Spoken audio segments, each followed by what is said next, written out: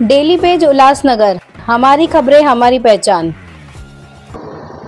आता लोकसभेची निवडणूक आहे आणि बाबासाहेबांच्या संविधानाला प्रत्येक स्तरातून वेगळं वेगळं बोललं जाते। कोणी संविधान बदलेल, कोणी काय करेल, कोणी काय करेल, अशा याच्यामध्ये आम्ही रिपब्लिकन पक्षाने संविधान बचावासाठी आणि शांततेसाठी ही बाबासाहेबांना ची जयंती आहे आणि ती उल्हासात साजरी करावी।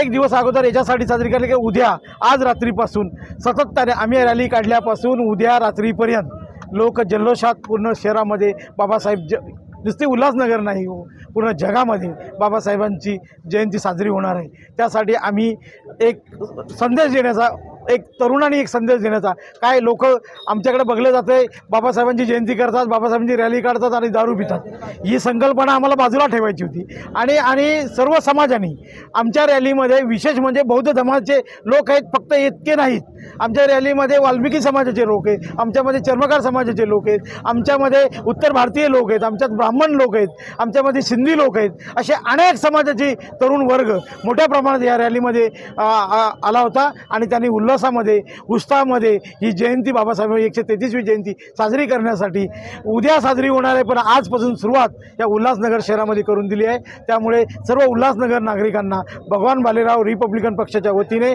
बाबासाहेबांच्या जयंतीनिमित्त हार्दिक शुभेच्छा व्यक्त करतो सर।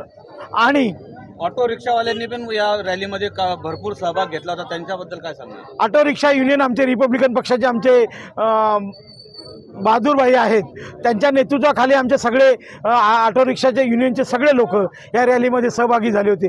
आमची फक्त आव्हान आम्ही केलं होतं, आम्ही कुठल्या प्रकारे गाजावाजा कुठे बॅनर तुम्ही बघितला नसेल,